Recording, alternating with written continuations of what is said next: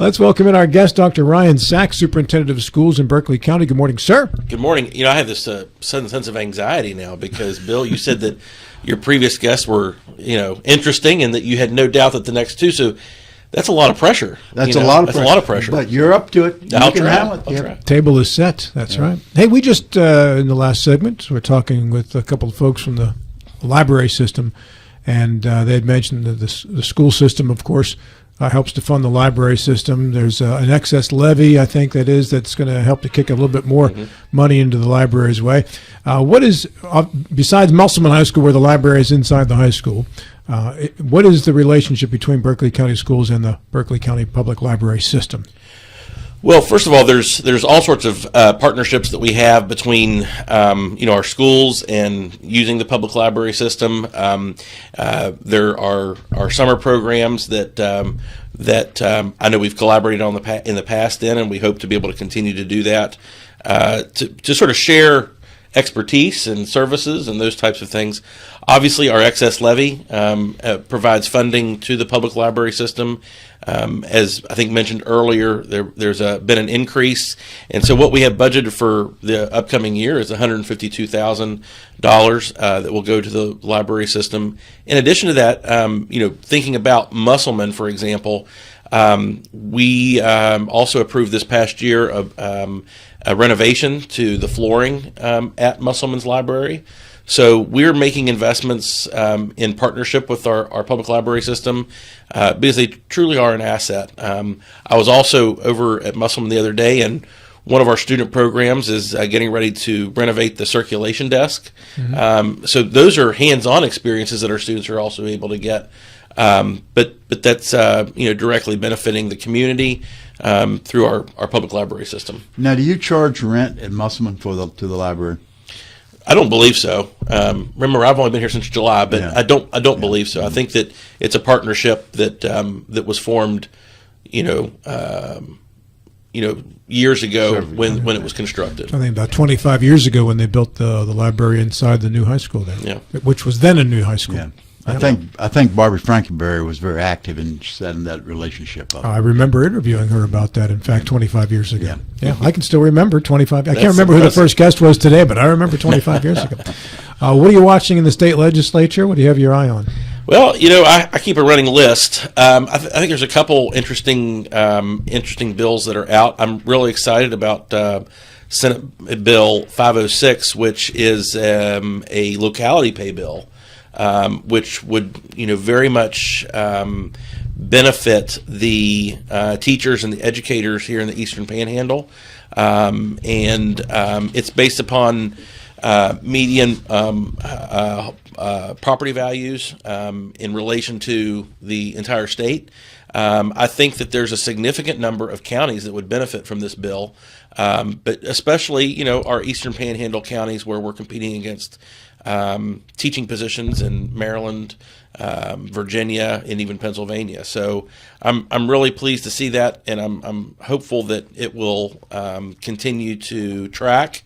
Obviously, there's a financial impact to that, and so it's got to it's got to overcome those hurdles. But I'm very, very pleased to see that we have some support for that bill.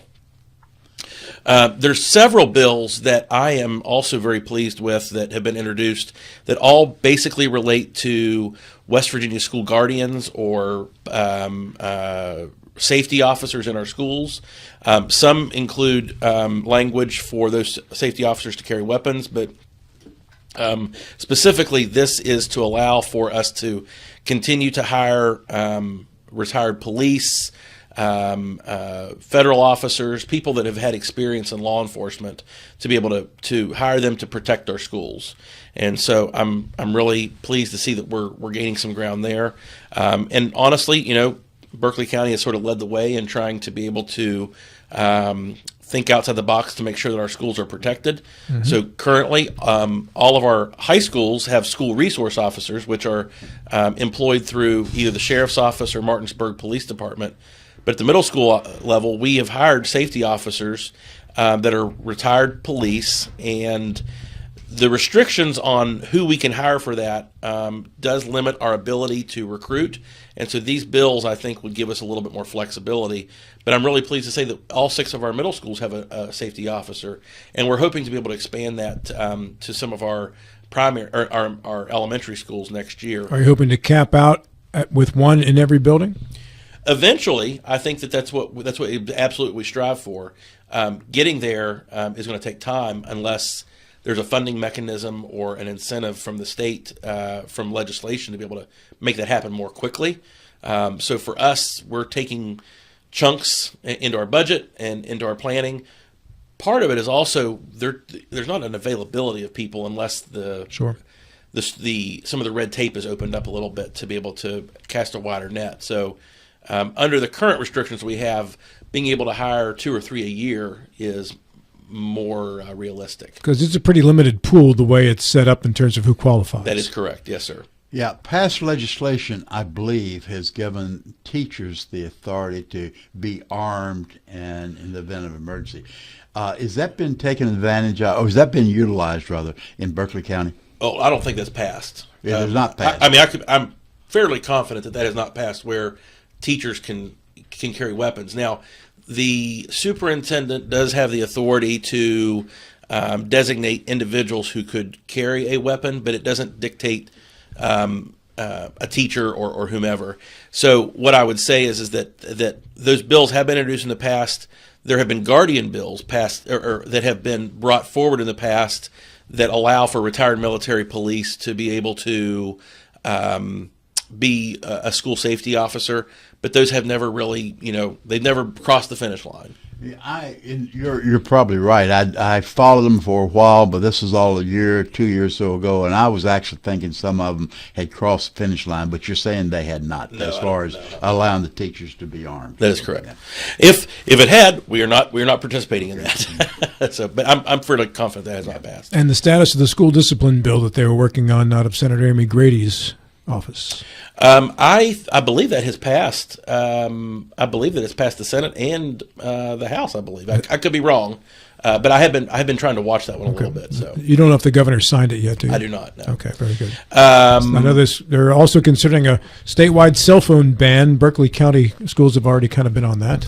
Yeah, I mean, we had a very forward-thinking board and district leadership that said, we think this is a good idea. We looked at research and we passed a cell phone policy before school started, and it has gone very, very well.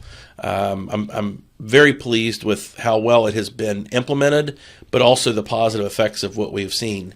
And so, I think requiring something from the state for each county to have a policy of some sort is going to be important. I've seen some bills where the person sponsoring the bill is writing something of the nature that the state would kick in money for the construction of charter schools and maybe even some other type of schools that are non-traditional public schools.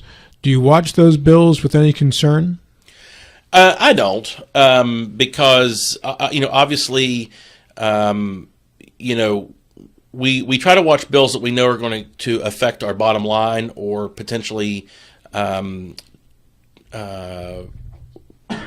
the hope that with the hope and intent that it's going to improve educational outcomes in the state.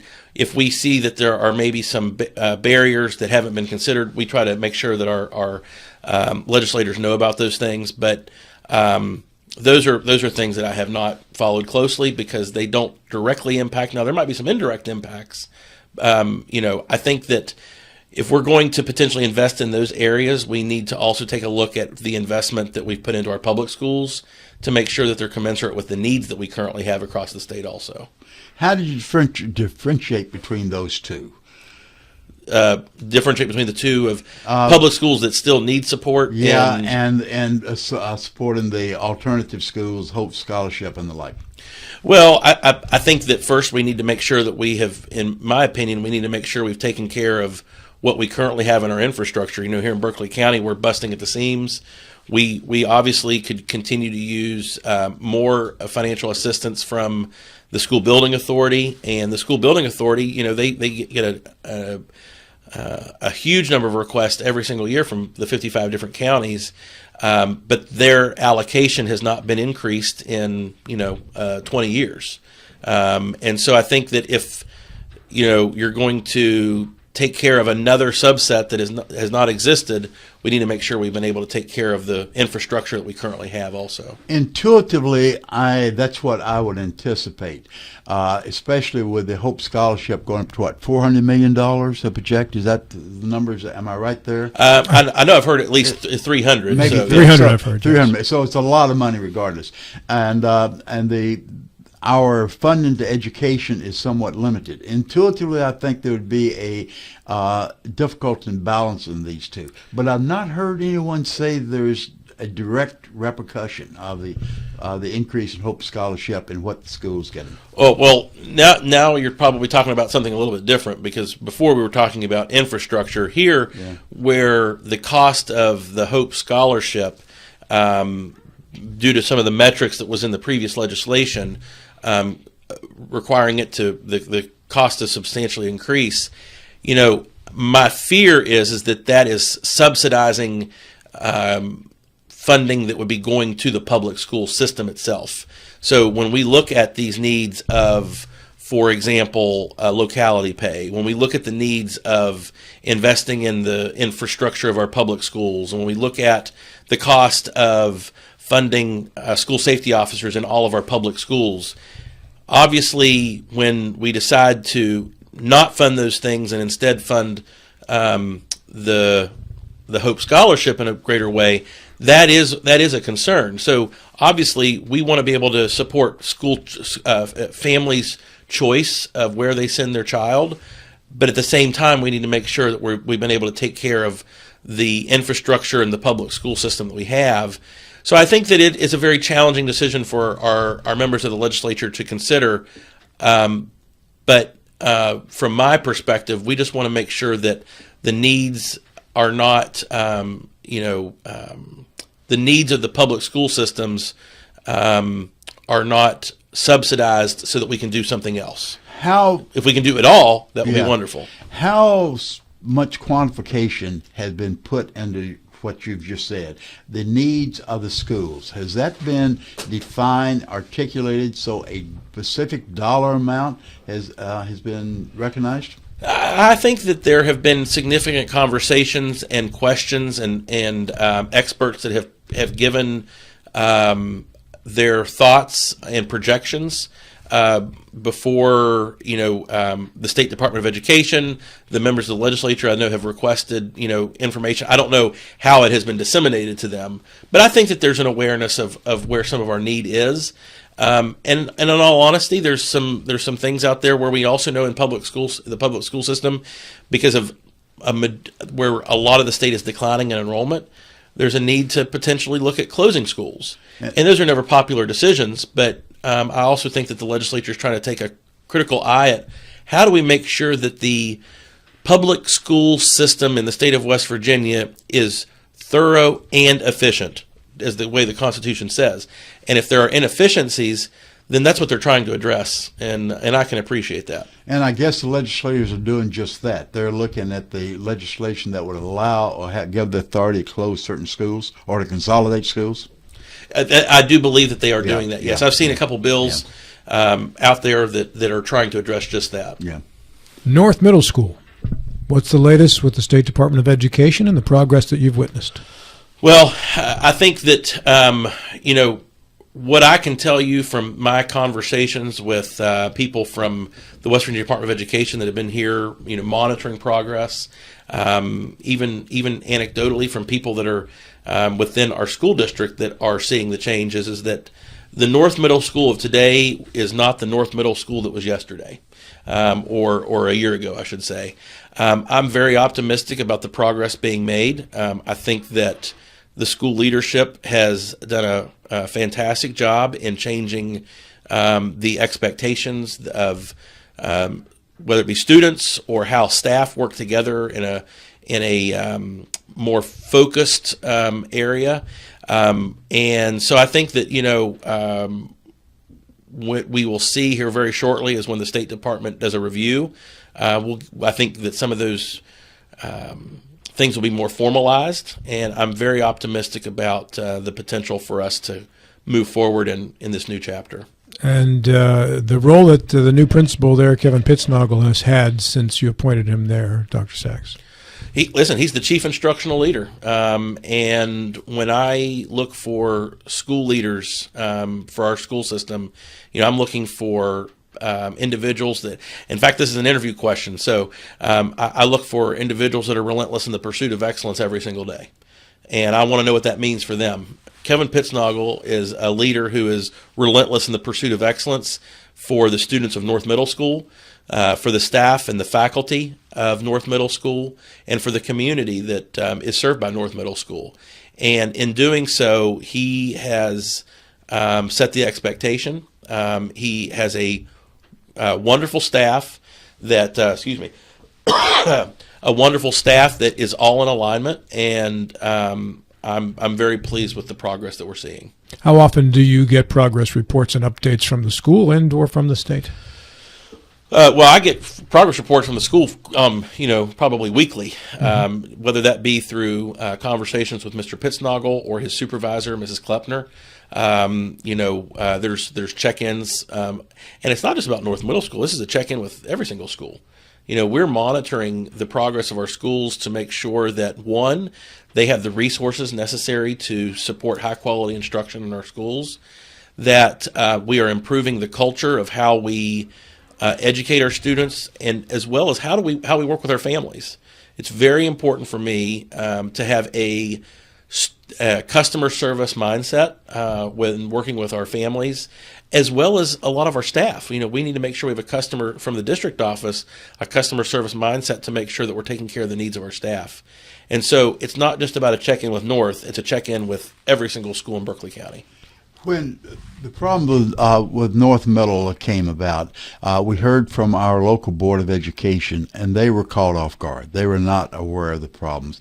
I had the same impression that throughout the Berkeley County school system, they were somewhat caught off guard as well. What steps have been taken, and maybe you just answered the question, that you have your finger on the pulse a lot better now, if there is going to be a problem, that you'd recognize it before the State Board of Education would? Oh, well, first of all, I firmly believe that what gets monitored gets done. So, you establish the expectation of what you want our schools to look like, feel like, and,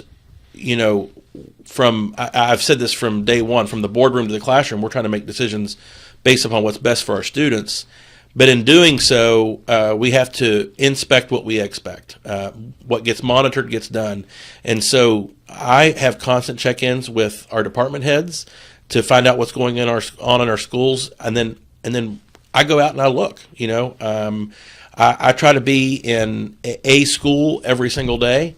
I don't always get that accomplished, but that is a priority for me. And there's some days that I'm in 3 or 4 schools. Do you let them know you're coming, or do you drop in unannounced? Sometimes both. Yeah, there's sometimes I say, hey, I'm coming. We're gonna come to talk about a certain situation, or I come in and just do a pop in and say, hey, how are things going?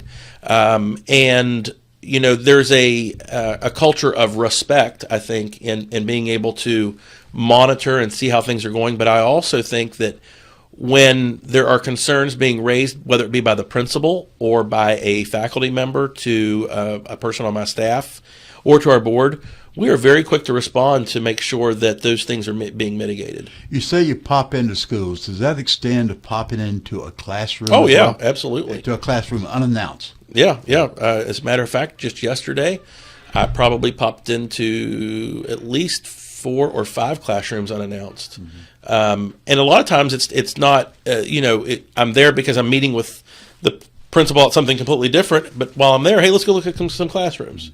That's got to be intimidating if you're the teacher, right? Yeah. Now, would you may say it's intimidating, but what you hope is it becomes the norm. Yes. You don't want to walk into a classroom and all the students look and say, why is that guy here? Yeah. You want to be able to walk into a classroom and things continue just as normal, because that's the way things are every single day. And they know who you are. Yeah. Right. Would you pop into a classroom without being accompanied by the principal?